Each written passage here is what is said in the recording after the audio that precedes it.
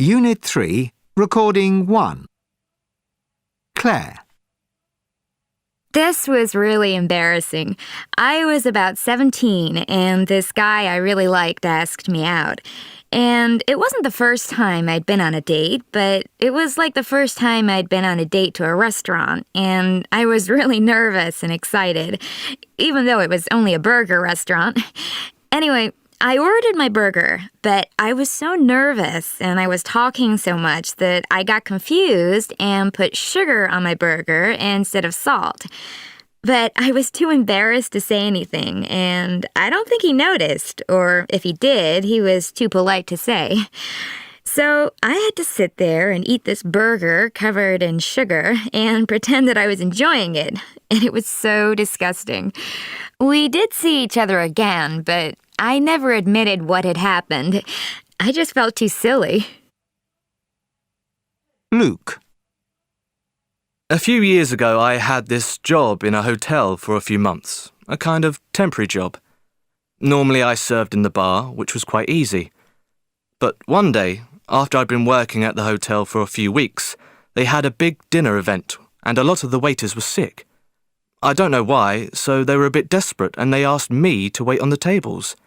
But I hadn't done any training as a waiter, so I was very nervous. It was quite a smart event. Everyone was wearing evening dress, and it was all quite formal, so obviously I was feeling quite stressed. Anyway, I was serving vegetables at this table, mashed potato to be precise, and I had this big spoonful of mashed potato in my hand. Then suddenly, for no reason really, I kind of tripped and fell forward, and the mashed potato went flying off the spoon and landed on the shoulder of one of the women at the table. So there was this 60-year-old woman sitting in her best dress with a great big piece of mashed potato on her shoulder. I felt so humiliated. Rachel. There's a family story about my great-aunt and uncle, which sounds a bit like a bad comedy sketch, but apparently it's completely true.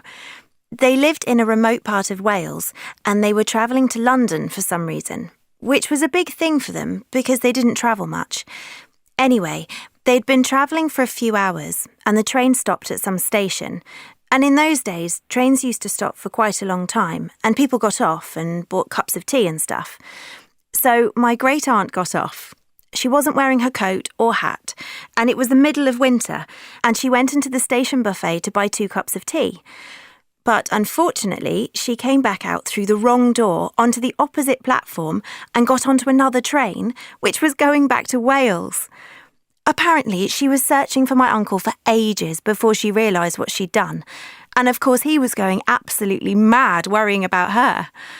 I think they stopped travelling completely after that. It was just too much for them.